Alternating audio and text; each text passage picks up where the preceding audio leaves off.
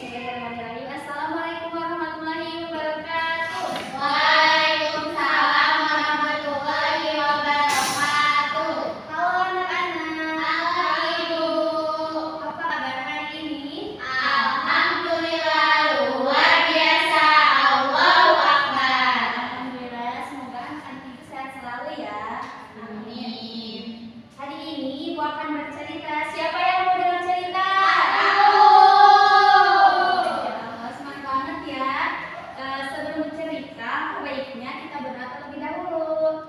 Bismillahirrahmanirrahim. Raditu billahi rabban wa bil islami dina wa bi Muhammadin nabiyya wa rasulah. Rabbi zidni ilman warzuqni fahman bi rahmatika ya arhamar rahimin. Hari ini Ibu akan bercerita tentang cahaya di tengah kegelapan yang itu bisa dibalik turunnya surat Ibrahim. Dengan yang baik-baik ya anak-anak.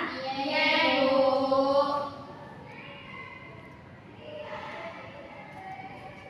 Di sebuah desa kecil yang jauh dari kota, ada seorang guru yang sangat bijak bernama Ustaz Salman.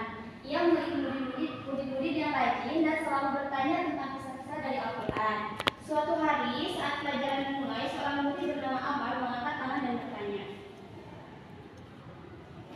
Amar bertanya, Ustaz, saya ingin tahu apakah benar dulu ada kaum yang membangkang kepada nabi mereka?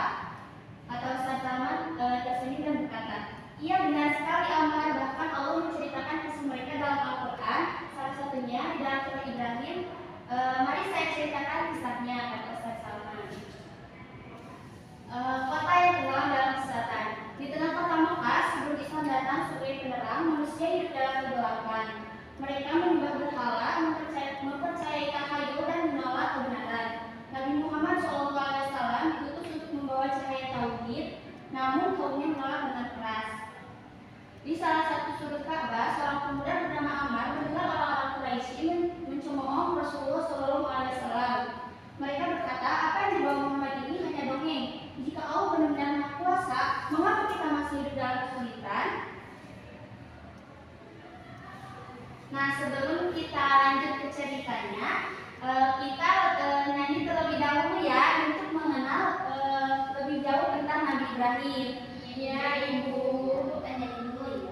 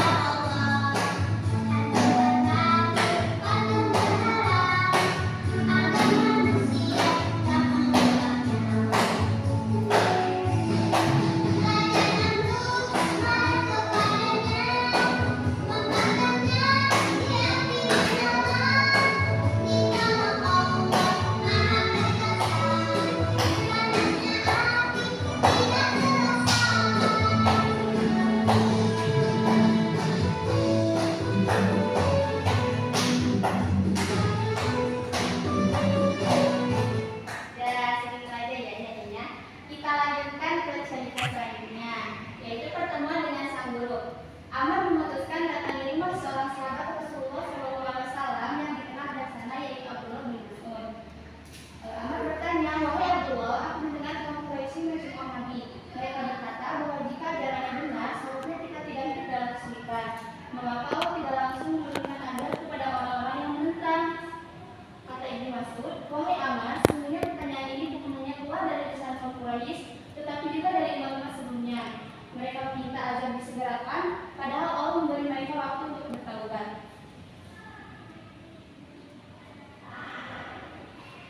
Lalu Amr berkata, lalu apakah ada wahyu yang turun untuk menjawab mereka? Kata Ibnu Mas'ud, benar, suatu hari Rasulullah SAW merasa sedih melihat kaum Quraisy yang terus menolak kebenaran. Maka terdengar ayat dalam surat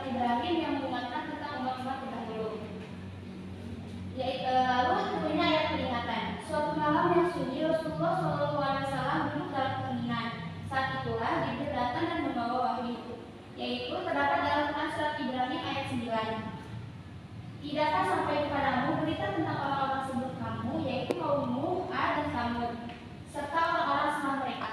Tidak ada yang mengetahui mereka selain Allah. Rasul-rasul mereka datang kepada mereka dengan membawa keterangan, tetapi mereka menggigit jari karena marah.